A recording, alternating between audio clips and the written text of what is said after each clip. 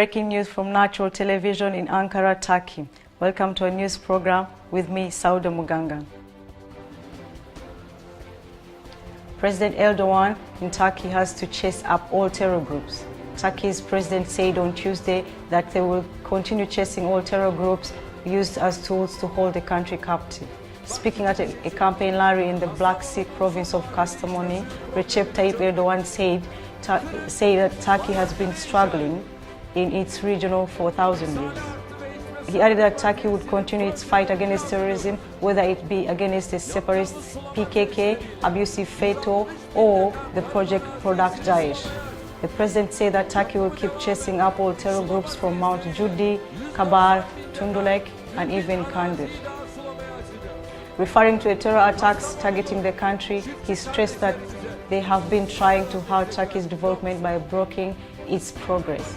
Visionless politicians and unqualified bureaucrats had also been utilized, Erdogan told the crowd, adding that its economy was also weaponized against Turkey as demographic leverage has been aggravated. Cannabis activation in Turkey. Erdogan vowed to promote cannabis production in 20 provinces, including Çorum.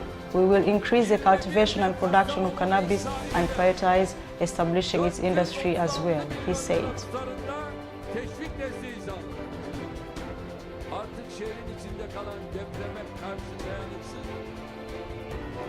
The Turkish government organization in Nigeria are investing in the future of Nigeria, where more than 13 million children are unable to attend schools due to ongoing conflict and economic hardships.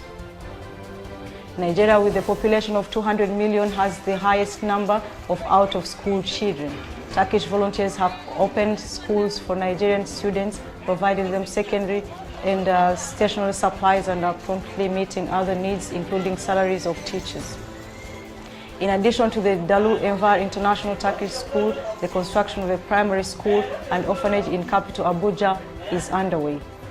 They talked to Hava Okul Osman, a teacher at the Dalu Enver International Turkish School, said a large number of poor Nigerian children are getting education through assistance from Turkey.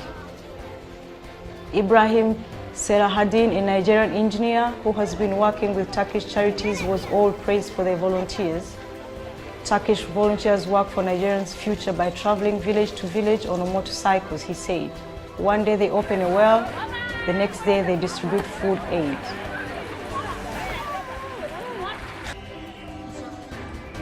Hundreds of Nigerian students are studying in Turkish universities on scholarships. Apart from scholarships, Turkey also provides short-term vocational courses to Nigerian youth. Young Nigerians can stand on their own feet and help their fellow citizens when they return to their country, Selahattin said. In London, Venezuelan President Nicolas Maduro accused the U.S. government under President Donald Trump for the crisis in the country, describing the U.S. administration a gang of extremists. They are warmongering in order to take over Venezuela, Maduro said in a special interview with BBC.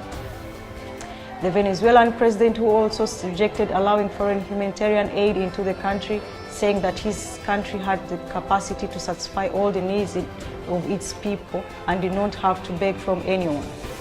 He said the U.S. intended to create a humanitarian crisis in order to justify a military intervention, and he also told the BBC that about 10 governments supported Juan Guaido and they were trying to impose a government that nobody elected.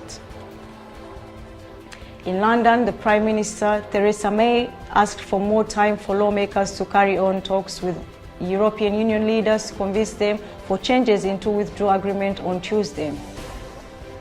In a statement she made to the House of Commons, May said the Parliament needed to hold its nerve, adding that negotiations for possible changes of the Irish backstop with the EU at a crucial stage. The Prime Minister said, having secured an agreement with the EU for further talks, we now need some time to complete that process. Washington US President Trump on Tuesday said freshman Congresswoman Ilhan Omar should resign following comments she made that were critical and Israel's influence in American politics. I think she would either resign from Congress or she could certainly resign from the House or Foreign Affairs Committee, Trump said in a cabinet meeting. Anti-Semitism has no place in the United States Congress, Trump added, calling Omar's apology lame. Omar Ilhan, along with Rashida Tlaib, is one of the first 2 Muslim women in Congress, suggested congregational support for Israel is family-rooted political donations from pro-Israel groups, mostly prominently the powerful American Israel Public Affairs Committee. It's all about the Benjamin's baby, Omar wrote in a tweet post that subtweeted story about House Republican leader Kevin McKay. 119 children were released by armed groups in South Sudan on Tuesday. The number rose to 3,100 since the start of 2013 conflict. Among them were 48 girls, with the youngest of them was being 10 years. UNICEF Executive Director Harriet Fore urged all parties in Southern Sudan to recommit to defend the rights of children and ensure they never become soldiers, she added. This year marks the 30th anniversary of the UN Convention on the Rights of Child, which requires governments to meet the basic needs of children and to help them reach their full potential. The release took place in the southwest town of Yambio, where the children had been associated with the South Sudan National Liberation Movement, which signed a peace agreement with the government in 2016. Thank you so much for watching Natural Television News. Sauda Muganga, Ankara, Turkey.